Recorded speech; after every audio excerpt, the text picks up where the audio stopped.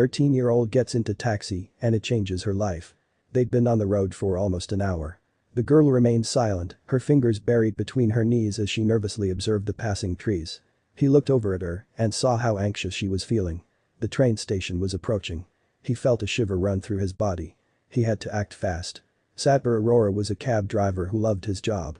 He felt like he played a crucial role in many people's daily lives. Being a cab driver meant more to Aurora than just driving. He considered himself as the one in charge of everyone who entered his car. He had no notion how drastically this mindset would alter his life. It was a usual Friday morning for Aurora. He ate a lovely breakfast with his wife and then began his workday.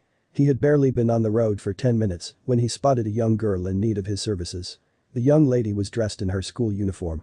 Aurora smiled as he drew his cab up next to her, oblivious to the fact that things were going to get out of control. "Where to?" Aurora asked the young girl. "Gloucestershire railway station, thanks," the girl said nonchalantly. Aurora couldn't help but wonder as to why she was going there.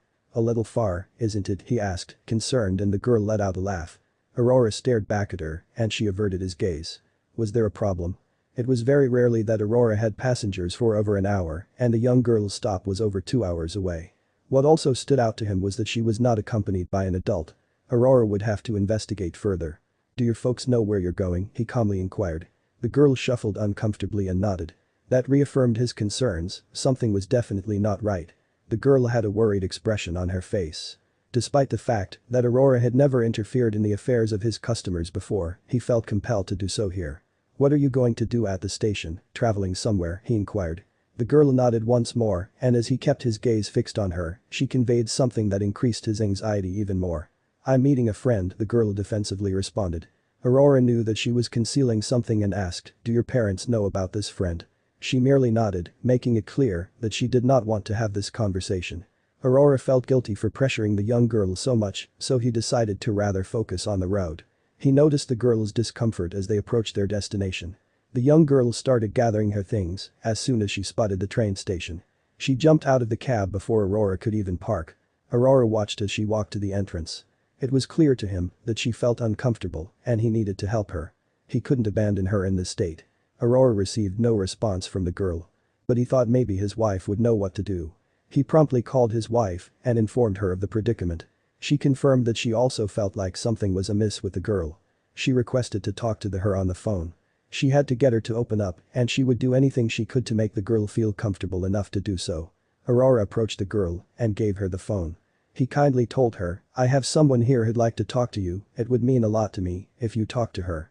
Please." The girl paused for a second before taking the phone and answering it.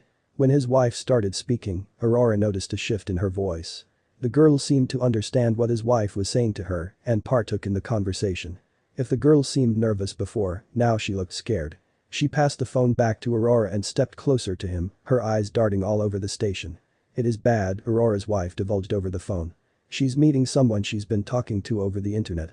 She's anxious about meeting him because she's a minor. Call the police, Satber." Aurora didn't hesitate to call the police. His sight tried to follow the girls to see who she was looking for. This morning, the station was busy. Aurora couldn't pinpoint any suspicious person in the crowd. The police arrived shortly. The person Aurora's passenger was meeting was nowhere to be seen. Maybe he came and saw the cop cars and got spooked. Aurora had a genius plan to corner him. "Mind giving me the lad's number?" Aurora asked the girl, and she handed it over. Aurora called the number and the man picked up before immediately cancelling. Although the man cancelled the call, Aurora got him where he wanted him. He unmasked the man's identity by working with the police and the railway station surveillance team. The police identified the man as Sam Hewings. He was a dangerous 24-year-old predator who'd made a habit of luring children and kidnapping them. More was discovered about the man, revealing his intentions with Aurora's passenger. His online chat logs were incriminating evidence that helped the jury come to a sound decision about his sentence. Aurora shared that he'd attended safeguarding training some months before the incident. What he'd learned then helped him save the little girl. Gloucestershire police granted him the highest honor in the police. To Aurora, knowing that the girl reached home safely was a good enough prize. He only hopes that more cab drivers will undergo the training to defuse these dangerous situations before they escalate.